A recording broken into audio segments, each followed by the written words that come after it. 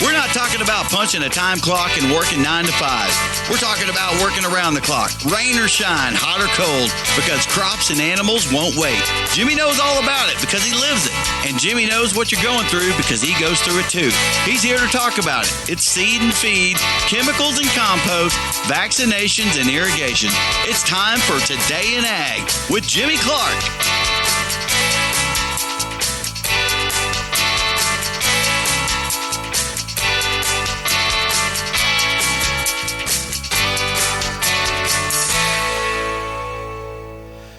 Hey, good day to all you great stewards of the land. It is Today in Ag with Jimmy Clark, brought to you by the First National Bank and Trust of Sayre in Elk City, Oklahoma. Happy Wednesday, everybody. Let's check out some temperatures real quick. Looks like Altus, you're the hot spot in the whole state of Oklahoma at 93 degrees. Slap Out's 87. May Ranch is 89. Cherokee, you're 90. Weatherford's 90. 88 at Cheyenne. And 86, I think, is the coolest spot in our listening area at Arnett. Out here in the Panhandle of Texas, we have 89 at Lipscomb, 85 at Miami, 86 at McLean, 89 at Dozer, 90 at Wellington, and 94 at Odell. Before I get into the show pretty deep, I seen this posted a while ago. Looks like there's 2 trailers of bees are on the wrong property south of Thomas, if anybody knows who they belong to. It says, if anyone knows whose bees are approximately 2 miles south of Thomas, Oklahoma, they might want to get a hold of them and the owners and tell them they are on the wrong place. They didn't get the permission to put their bees. So there's not that many people in western Oklahoma's got bees. So if you guys know anybody that has bees set out around Thomas, you should give them a call and tell them to go check out their bees or talk to the landowner or something crazy going on there. So anyway, just a little bit of information for you. What else is going on? Not a whole lot out there at the Ponderosa. Still making good tomatoes. I could see the declines starting to happen probably in the next 4 or 5 days on those Florida 91 tomato plants I got. And then my celebrities look like they're doing good. And then those Red Deuces and Florida 75 41s, they're going to be coming on here pretty soon, next couple, 2-3 weeks with lots of tomatoes. So I'm excited. Peppers are doing good. They're making the little Juliet and black cherry tomatoes are just unreal. They look like plum thickets in there. But anyway, anybody seeing any plums on plum thickets out there? I honestly have not been paying attention. So anyway, just wondering if anybody's seeing. I didn't know if that first hard freeze got some of them or not. But anyway, just curious. All right, let's see what happened overnight in our big world of agriculture right here in the homeland. Grain and soybean futures were lower in overnight trading amid ample global supplies and signs of weak demand for U.S. products. Global corn stocks are expected by the U.S. Department of Agriculture to rise to 312.4 million metric tons in the 23-24 marketing year that ends August 31st. If realized, that would be up from 301 million tons last year. Production is expected to hit 1.23 billion tons, and that's up from 1.16 billion last year, according to the USDA. World soybean inventories at the end of the current marketing year are forecast by the government at 111.1 million metric tons, up from 100.6 last year. Stocks are forecast to jump to 127.9 million tons in the 24-25 marketing year. Also weighing on prices are signs of slack demand for U.S. ag products. The agriculture trade deficit in 2023 jumped to a record $17.2 billion, according to the USDA. That's a shift from a trade surplus of $1.92 billion in 22. A lot of things can happen in 2 years. Corn futures for December delivery were down overnight 2.25 cents to 406.25 a bushel on the Chicago Board of Trade. Wheat for September delivery fell 3 pennies to 5.69 a bushel in Chicago, while Kansas City futures lost 4.25 to 5.73.5. Soybean futures for November delivery fell 2 pennies to 10.78 a bushel. Soy meal rose 40 cents to 3.19.10 a short ton, and soy oil was down 0.05 cents to 46.26 cents a pound. The ag trade deficit, the value of exports from the U.S. versus imports into the country, increased the first 8 months of the fiscal year. According to the Ag Department data, the deficit was $15.2 billion this far in 23-24 marketing that runs through September 30th. That compares with the deficit of $3.89 million during the same period last year. That ain't a good number. Exporters from October 1st through the end of May shipped $122.3 billion worth of agricultural products, while importers brought in $137.6 billion in goods. During the same time frame last year, exports totaled $128.3 and imports were at $132.2 billion. Let's see here. The ag trade deficit in the 23 fiscal year that ended September 30th totaled a record $17.2 billion. That compares with the surplus of $1.92 billion a year earlier. Exporters shipped $13.7 billion in ag products in May, while importing $18 billion, for a deficit of $4.27 billion for the months, the government said in its report. Now, those numbers don't add up. Let's see. The last of the hurricane is expected to move through the Ohio Valley in the Northeast today, leaving flooding in several states in the wake, according to the National Weather Service. Flooding is expected in much of northern Illinois today as the last of the storms move out of the region. Tropical moisture will continue to contribute to bands of heavy rainfall through the morning. Another inch or two is likely today. In western central Nebraska, extremely hot weather is on the way, bringing the potential for wildfires. Temperatures Friday through Monday are expected to be among the hottest so far of the year. Not good. So anyway, our world just, there's nothing ever calm around here, is there, in the world of agriculture. Okay, also, I didn't remember. I'm going to bring it up today. Yesterday on Stockman's Vet Clinic will be closed this Saturday, the 13th, all the way through Sunday, July 21st. There will be no office or after hours availability. Also, no boarding offered during these dates. So, you got some issues going on with your animals, medicine-wise, or whatever, you need something, Stockman's Vet Clinic will be closed next week, and there's no availability to it. So if you need to get something, today's Wednesday. You got today, tomorrow, and Friday to get that accomplished. So just letting you know. Today is the Taylor Ranch Happy Hour, all hour long. And you talk about good beef. Taylor Ranch is some of the best in the world.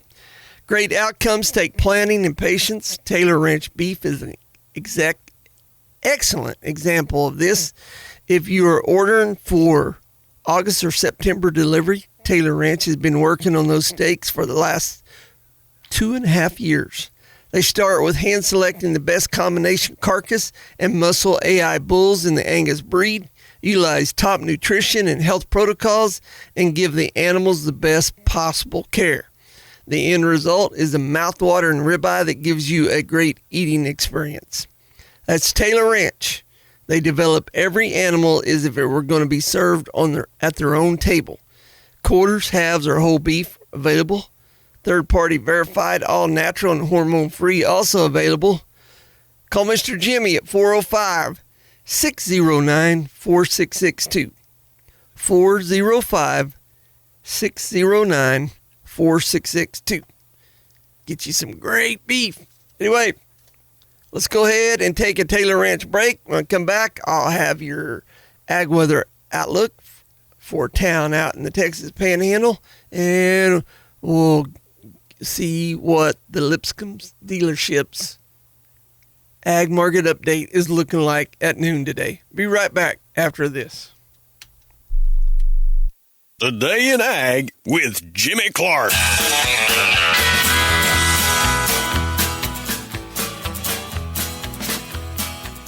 We do get travelers going through that have AC that doesn't work. You're running down the interstate and it's 105 degrees outside, and it can be that hot, if not hotter, inside.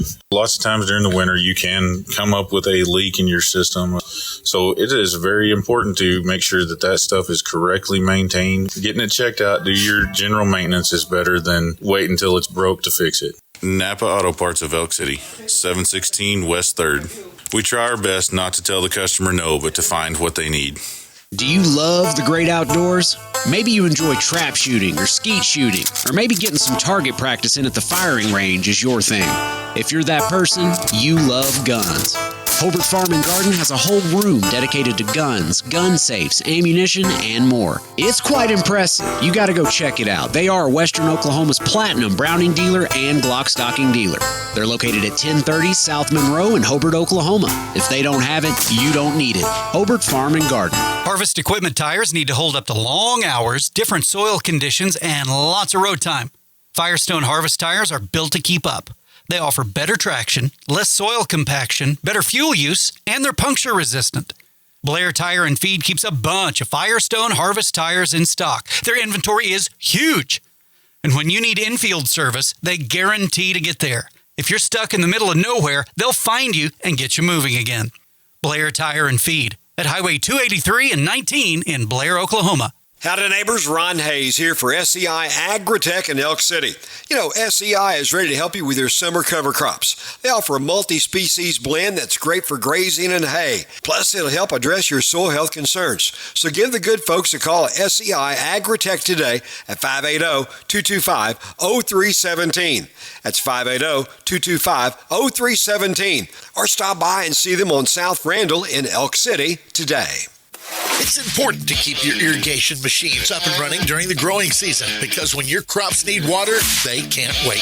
And when you need parts, there's no substitute for the best. Valley Genuine Parts. From gaskets and gearboxes to booster pumps and boom backs, Valley Genuine Parts make all the difference to your operation. Contact your local Valley dealer, Knutson Irrigation, 1-800-373-9325 for all your irrigation parts, technology, and service needs. Or online at KnutsonIrrigation.com. Hey everyone, this is JJ Quibido at No Limit Land Management and Excavation.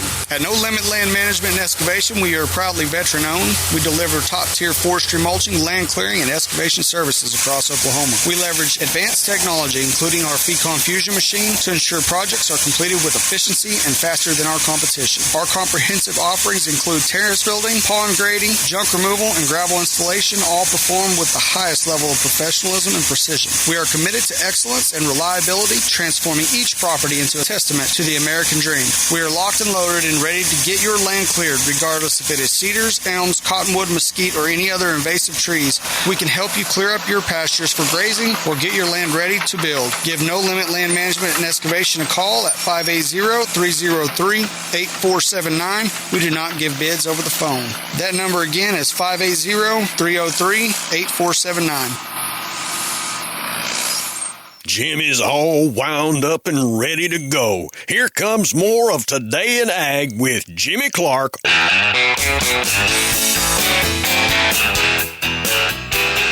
right, welcome back. Dozer, Texas, 89 degrees. Heat index is 88. Humidity is around 36. Dew point's 59. The winds are out of southwest at 7 with a whopping gust up to 9 miles an hour. Peak wind gust today, 13. 2.19 inches of rain so far this month. Pretty good for the first 10 days. 8-inch soil temperature, 81 degrees. The temperature, since it heated back up, has come up 3 degrees in the soil in the last couple days here. So anyway, I got she here. Oh, also, I had a text message here. The Western Animal Hospital will also be closed next week. So just let you know on that. And then somebody texted in they've had a bumper crop, picked 15 gallons so far. I'm assuming tomatoes. And then one other question before we get on to the ag market. Jimmy, could you tell me why every year when I plant my veggies in containers, I get no fruit, but when I do it in the ground, it's much better harvest? I can't. Every situation different. I've raised some in containers, and I haven't been impressed. And I know other people that has raised them in containers and did awesome. I think it's just all a matter of what soil and what you got in your container. Also, the wick containers seem like they're working for other people better, where they put a piece of something in the pipe or something, plastic pipe in the bottom of their container, so it doesn't take as much soil. You got to drill a hole in your container, at least one, if not two, to let the water drip out of there, and it takes a lot of water. So honestly, that's all I can tell you. I'm not sure. Oh, sand plums. He's not talking about tomatoes, Randy. He's telling me that he's picked 15 gallons of sand plums so far. Awesome. You bringing me some? No, I'm just kidding. Anyway, I did drop off my tomatoes and onions and peppers to my secret partner, Teresa, today to make our red dirt pecani sauce. Salsa, whatever you want to call it. Salsa. Anyway, I can't wait. She said she maybe have it done this weekend. That's Bart Crow with Wear My Ring. Welcome to the Backroads. This is JC, and we're live in Elk City on 96.5 KECO. Coming up this hour, I've got some good tunes. We're going to take a break. Be right back after this. James Land. But right now, it's the Casey Donahue.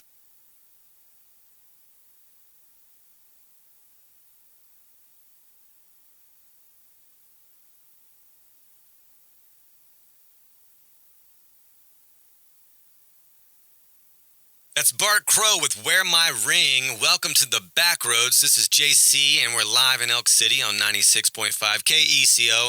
Coming up this hour, I've got some good tunes that include Curtis Grimes, James Land. But right now, it's the Casey Donahue Band with What Counts.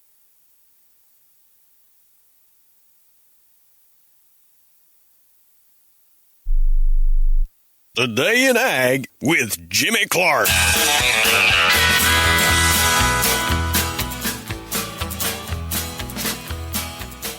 Selling a lifetime of things? That can be overwhelming. All the personal items, the house, and the land. How do you make sure everything's by the book and you're getting what it's worth? The first thing you need to do is contact Mike and Cindy Grant. Then, don't worry about another thing, because they'll take care of everything. Nobody is more professional. Nobody is better. Grant's Auction and Realty. Log on to grantsauction.com or call 225-0269. It's a form of saving history, whether it's a town or a veterans monument or a family monument. And you can go out into any part of Oklahoma and you'll drive past something that happens to be something mom and dad did or something grandpa did, and it's still there. And in this day and time, things are so throwaway. And even the things we do something on a campus 25 years later, they're going to want to move it, which who would have ever thought? Granted, it's permanent. You usually put it there to stay forever. We moved the Kilpatrick Turnpike sign. We moved it to the highway department. I don't know how many places you can go, maybe farming, they see their crops and everything, but we can go out and actually touch, feel, and see what our grandfather did or what our mom and dad did, and that's kind of cool. Willis Granite Products.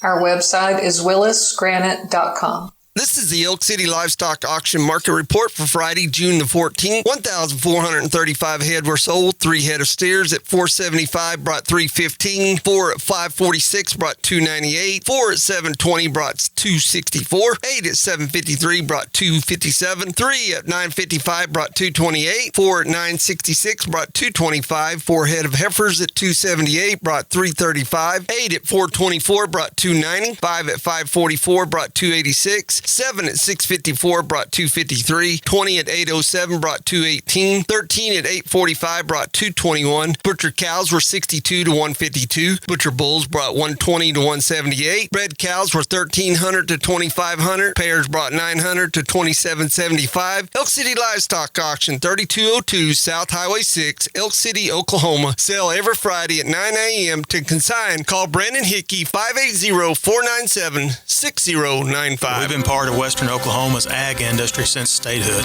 I'm Marty Maddox from Great Plains Bank in Elk City. We proudly support our local FFA labor auctions and premium sales. Our local lenders have a combined 127 years of banking experience. We handle all ag-related loans, like land purchases, farm operating loans, and stocker lines of credit. And we recently helped over 700 area farmers and ranchers with their PPP loans. Great Plains Bank in Elk City is here to lend agriculture a helping hand. Member FDIC. If I tell you that I'm going to fix something, you called and something wasn't right, or you call and you say, hey, I need you to make this payment for me next week. I'm going to be out of town, but will you make a note? Will you please, do this for me? That's on me to do that. And if that doesn't happen, I can't say, well, I don't know who took that phone call. I don't know who agreed to do that. If I tell you I'm going to do something, it's going to get done. I'm Laura Carlucci, and I help make a difference at First National Bank and Trust of Elk City and Sayre. Member FDIC. He loves talking about farming and ranching. Here's more of Today in Ag with Jimmy Clark. All right, we're back live and well now, and let's check out the weather up here in northwestern Oklahoma. Let's do that first, and let's go with the May Ranch. I haven't been up the May Ranch in quite a while with weather, so let's check it out real quick.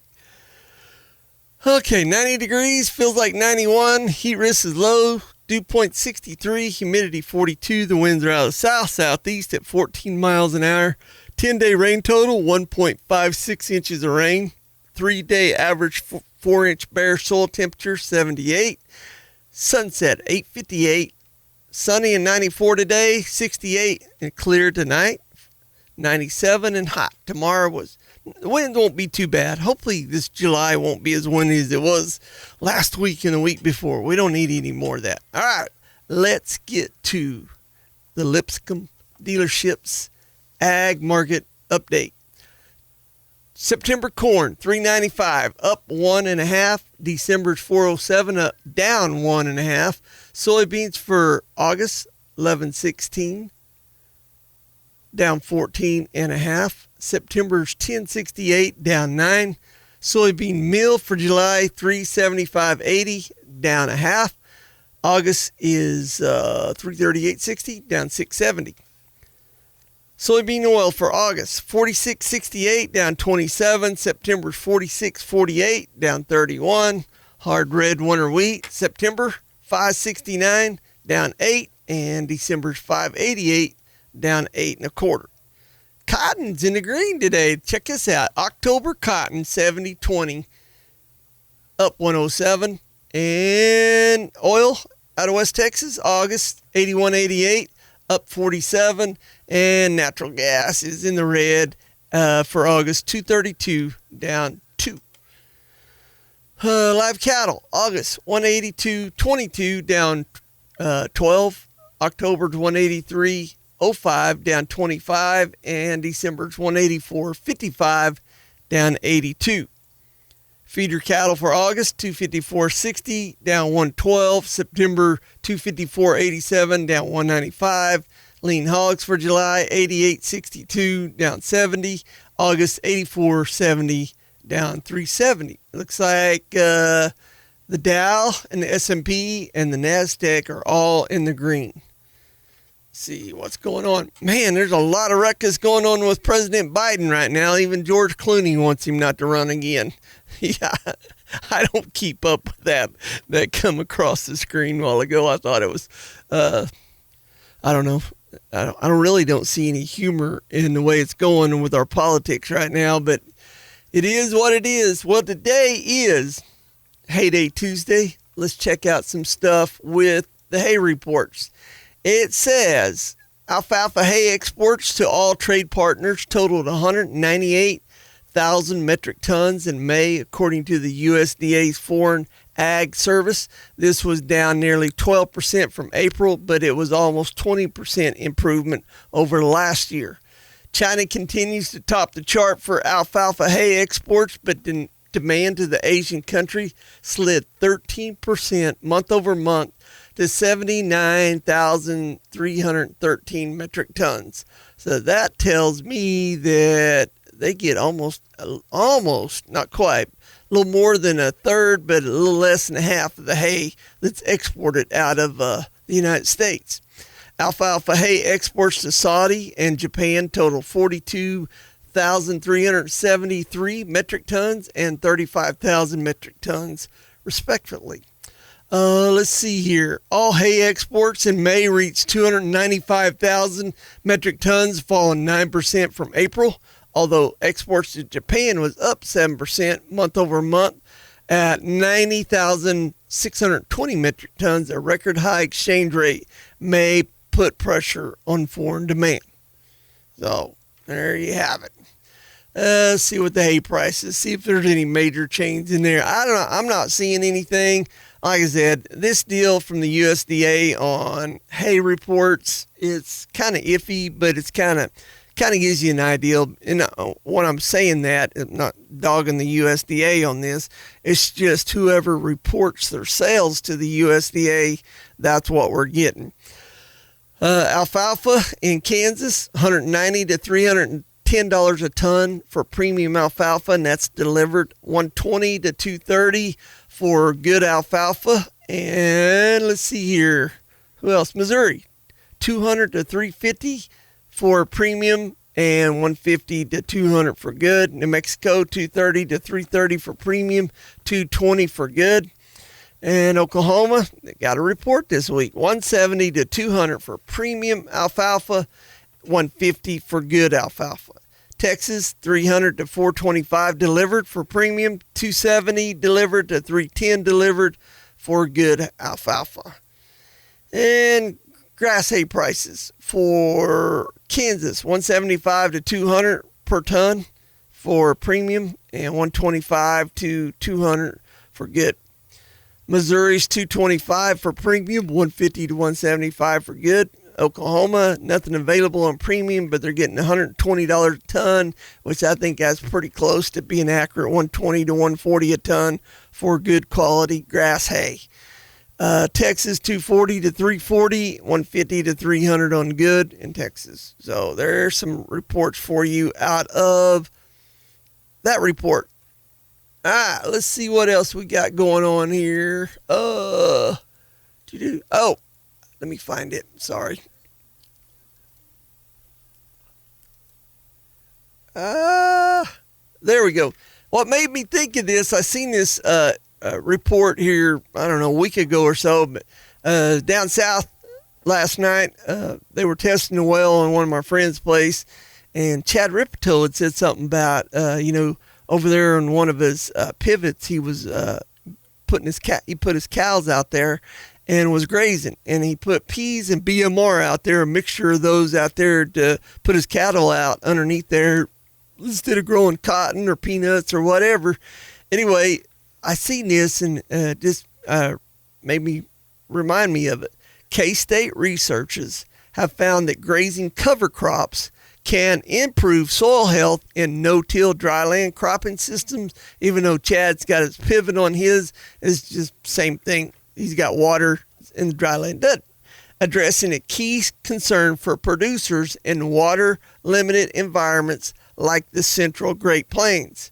Kansas State researchers have found that grazing cover crops can improve soil health in no-till dryland cropping systems, addressing a key concern for these guys. The study, conducted from 2018 to 2021 across 3 producer fields in central and western Kansas, found that grazing cover crops with beef cattle had no negative effects on soil physical or chemical properties compared to ungrazed cover crops. In fact, researchers observed increases in soil organic carbon stocks and potassium concentrations in grazed plots. These findings are significant for producers looking to integrate livestock into their cropping system, said Logan Simon, agronomist at the Southwest Research Extension Center in Garden City. Grazing cover crops at moderate stocking rates with adequate post-grazing regrowth can be a viable strategy for intensifying no-till dryland cropping systems while maintaining or improving soil health. Simon said a common concern among producers is the potential for soil compaction due to grazing. This research found no negative impacts on key soil physical properties when stocking rate and duration of cover crop grazing were managed. Soil bulk density, penetration resistant, water stable aggregates, and wind erodible fraction. Sorry about my throat's getting sore. Fractions were comparable between grazed and ungrazed plots, he said. Soil organic carbon stocks increased in grazed plots attributed to manure disposition and retained plant residue, leading to improved soil structure and reduced erosion potential, highlighting broader soil health benefits. Interesting. The study also found that cover crop biomass left as residue after grazing was similar to pre-grazing levels, with approximately 60% of ungrazed biomass retained due to regrowth after the grazing period. The level of residue retention aligns with Natural Resources Conservation Service recommendations and helps maintain soil production while still providing valuable forage for livestock. Well, that's what I got on the agenda. I'm in a program with Oklahoma Soil Conservation, and starting next year, I've got 4 fields that I'm going to put cover crop in that I already do anyway, and we're going to rotate the cattle on them every week, maybe every 2 weeks, because all these fields combine into one area where the cattle go to water, so this ought to be pretty interesting. So I'm excited to see what happens. Yes, I have really sandy ground, and I don't worry about compaction. And I'm talking about real sandy. I'm not talking about sandy. I'm talking about real sandy. Anyway, we're going to do that and see how that works out. And cover crops there's all kinds of different cover crops people can use out there. But if you practice in truly real no-till, you'll have 3 to 4 different varieties where you got roots going. Kent Watkins has said this 100 times on my show the last 3 years. You'll have different depths of roots off your cover crop, and that'll keep your ground pretty much broke up where your no-till will always work, and you won't get too compacted and all that good stuff. So anyway, I think it's pretty interesting article. Think about that, because just like right now, we had some rain. If you'd had cover crops planted, you would be grazing them here in a couple, 2 or 3 weeks and saving your grass for winter, keeping them off your grass, having more grass, because the grass was starting to get a little thin here.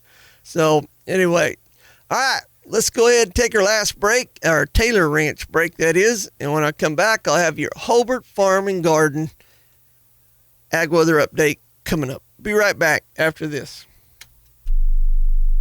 Today in Ag with Jimmy Clark.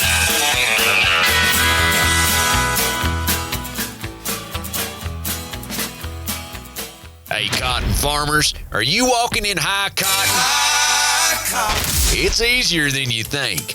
Have your cotton ginned fast and efficiently at Western Planters Cotton Gin in Hobart, Oklahoma. Bet you didn't know they have the largest gin in the state and the connections to get top dollar on your investment. They're located at the corner of Highway 9 and Highway 183, just north of Hobart. Be sure and check them out online. WesternPlantersCottonGin.com. You look outside and notice the grass is getting tall and will need mowed soon. But your old push mower is on its last leg and you sure could use a new mower. You head down to the convenience store and get your usual cup of coffee and pick up a copy of the Penny News. Then you see it. It's right there on the front page. DJ's Rentals in Elk City is discounting their in-stock zero-turn mowers. You think to yourself, now's the perfect time to get what I need and save some money too. My wife will be so proud. The biggest mistake I've seen when people are purchasing insurance or coming in to visit with us is being underinsured. You know, the state minimum on auto insurance is $25,000, $50,000, and that's too low. I mean, if you run into somebody's new vehicle and it costs $50,000 and you only have $25,000 in coverage, that's going to come out of your pocket. So, you know, we try to make sure that our customers are insured how they need to be to get the coverage. I mean, if you're going to have insurance, you need to have it for the right reasons, and that's to protect themselves. I mean, that's why they have it. I'm really in the business of protecting the customer. When it comes to protection, it's not a large amount more to go ahead and get the coverage you need. Life insurance and annuity products offered through Farm Bureau Life Insurance Company. Property and casualty products are offered through Oklahoma Farm Bureau Mutual Insurance and affiliated companies. Hi, I'm Mickey Lively. I'm an insurance agent with Oklahoma Farm Bureau. My office is located in Greer County. Call me anytime at 580-782-3827. It's known as the thief in the night. A lack of cattle mineral can lead to decreased weaning weights, small, weak calves, and severely compromised health. Don't let a gap in your feeding program rob your herd's performance. Stop by Farmers Union Co-op in Elk City and pick up a bag of Purina Wind and Rain Storm Mineral today. Farmers Union Co-op of Elk City is your authorized Purina dealer. Hey farmers and ranchers, it's time to make your life easier with an easy haul hay trailer from Everett Welding in Visay, Oklahoma. These trailers are designed to haul multiple hay bales as quickly and efficiently as possible, keeping more money in your pocket. It'll pay for itself over time and make your life easier. What a deal! See all they have to offer at everettwelding.com. Be sure and check out their ads in the Penny News. If you've been looking for a good dealer you can trust when it comes to buying a new car, truck, or SUV, well, the Lipscomb dealerships have arrived in Elk City and Sayre, and we'd like to invite you out to help us celebrate with good people and great deals on new Chrysler, Dodge, Jeep, Ram, Chevrolet, GMC, Ford, and pre-owned vehicles backed by a family that's been in the car business for almost half a century and always puts you, the customer, first. Lipscomb, good people, great deals in Elk City, Sayre, and at lipscombdealerships.com. Oh, Jimmy's all wound up and ready to go. Here comes more of Today in Ag with Jimmy Clark. All right, welcome back. Here is your Hobart Farm and Garden ag weather update for you. And I picked this big city of Altus. 93 degrees, feels like 91. Dew points at 53, humidity's 26. The winds are out of the west at 3 miles an hour. 10-day rain total, 58/100ths of an inch. Bare soil temperature, 3-day average, 4 inch, 84. Sunset at 8:53. Hot, 97 today. Tonight, 69. Partly cloudy. Tomorrow, hot and more of it, 98 degrees. Coming up, we've been talking about soil health and stuff. Well, coming up, at the Audrey Technology Center on Willow Road there in Enid, July 30th, is the Crossroads Conference. And it's featuring Colin Seiss, developer of pasture cropping. If you've ever thought about doing it, I've seen some people, there's some people out south of the River Bridge between there and Willow, doing some of it, and some people told me about somebody really into it, hot and heavy up there around Camargo. But needless to say, this is a pretty good deal. Let me open this up real quick, preview it. There we go. The Oklahoma Conservation Commission Soil Health Team, the Oklahoma Association of Conservation Districts, and the Garfield County Conservation District are excited to announce the second annual Crossroads Conference to be held there at the Audrey Technology Center in Enid. And it will be our vision for the event held at the crossroads of our nation is to bring ag producers together to support and teach one another at the intersection of many diverse production cultures. The support of our partner organization and local businesses is the success of the Crossroads Conference. So if you want to go to that, it'd be pretty cool. It is, well, let me bring that back up. Sorry. Yeah, July 30th. For more information, just go to the website at Garfield County Conservation or their Facebook page or the Oklahoma Conservation Commission.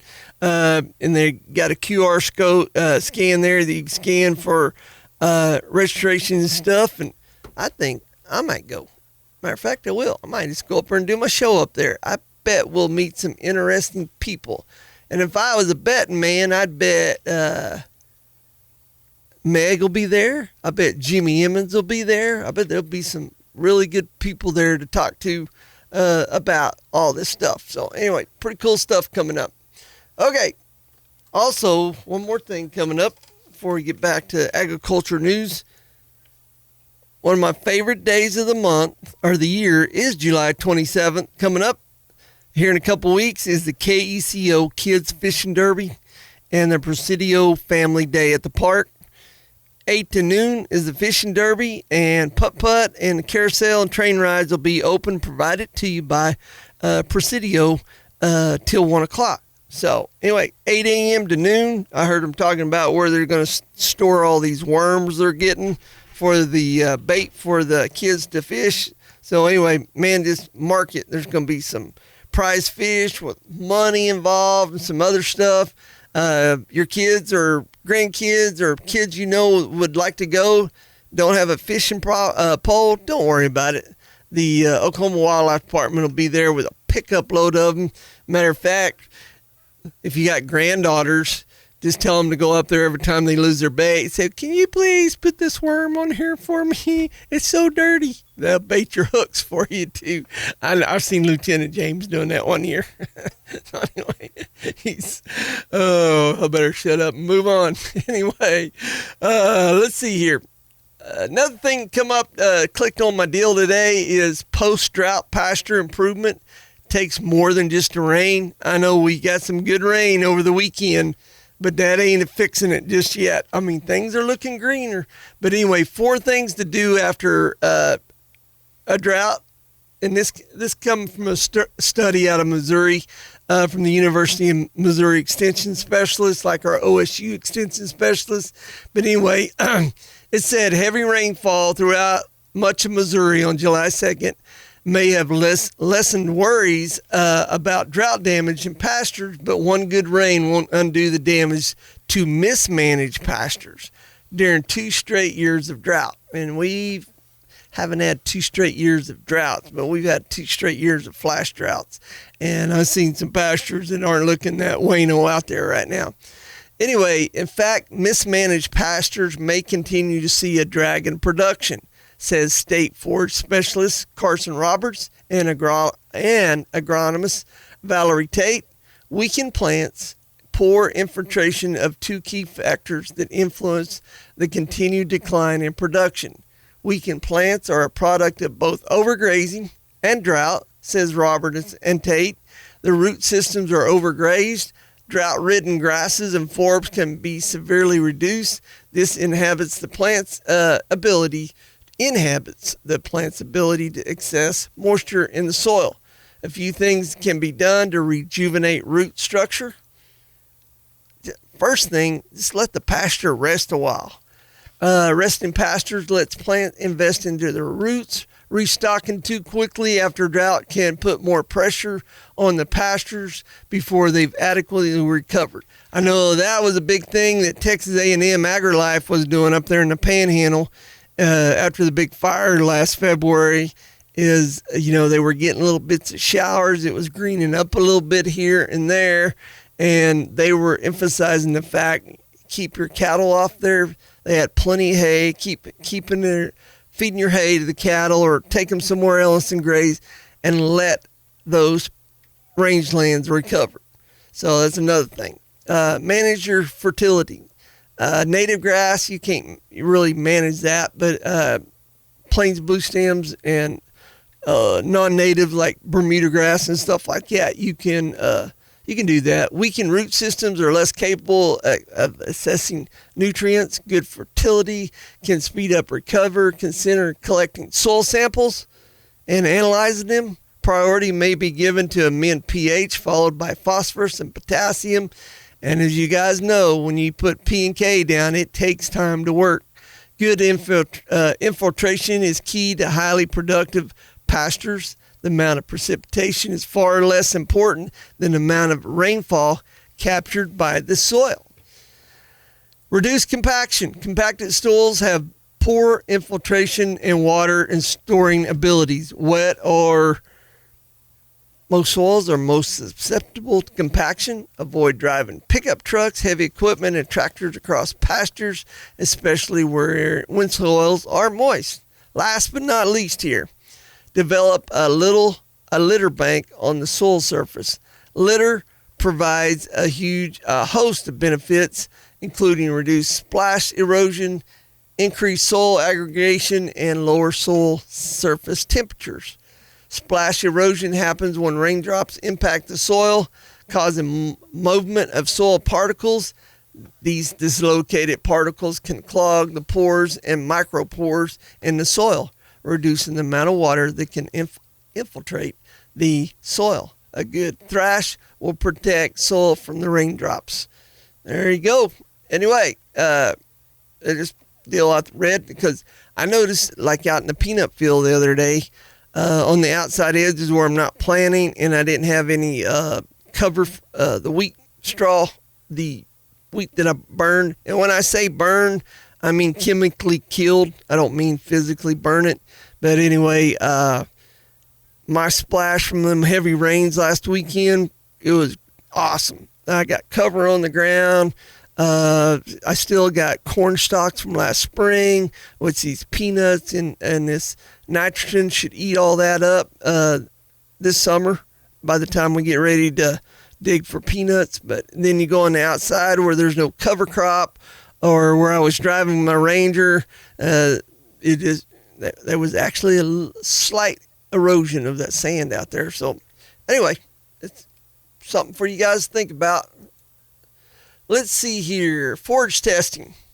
You cannot manage what you do not measure. Forage testing is a part of gold standard of consistently achieving good production performance levels using the forage that you have available. Everybody says, we all know about the forage testing. Well, it's funny. I know of 6 different people that bought hay in the last month, and there is no test to go with it. So to me, unless you know the producer, I would buy any hay from anybody without a forage test, period. I'm sorry. As much as hay costs, much cattle are costing, anyway, I wouldn't buy any hay without it. While you can formulate a ration based on expected performance and assumed values, you're relying on averages to help you achieve herd performance goals. These methods rely on the fact that you're assuming your forage is achieving at least the average values based on whichever laboratory averages, research, reference, etc., that you or your nutritionists are relying on. The result may be a ration that is missing the mark, leaving pounds of milk on the table, or paying for ingredients that may have not been necessary. Dairy cows have been shown to eat more dry matter and produce more milk when consuming forages with a higher neutral detergent fiber, the NDF. The NDF is an estimate of the amount of total NDF that the cow and microbes in the digestive tract can utilize before the forage materials expelled from the cow is manure. Since NDF digestibility decreases as forages mature, this is one reason that we have seen high producing herds shift to less mature crop for selling compared to the normal may have been 30 years ago. You know, things have changed in the last 30 years. I don't know if you guys realize that. When using forage testing, there may be many different types of analysis that may be completed. Lab chemistry and digestive chemistry, which is also AKA wet chemistry, have been the industry standard for learning about the characteristics of the forage being tested. While considered more accurate, wet chemistry is more expensive and slower to get results. Near infrared has been a popular analysis method due to quick turnaround time to complete and are less expensive. Why might you want to choose one type of testing method over the other?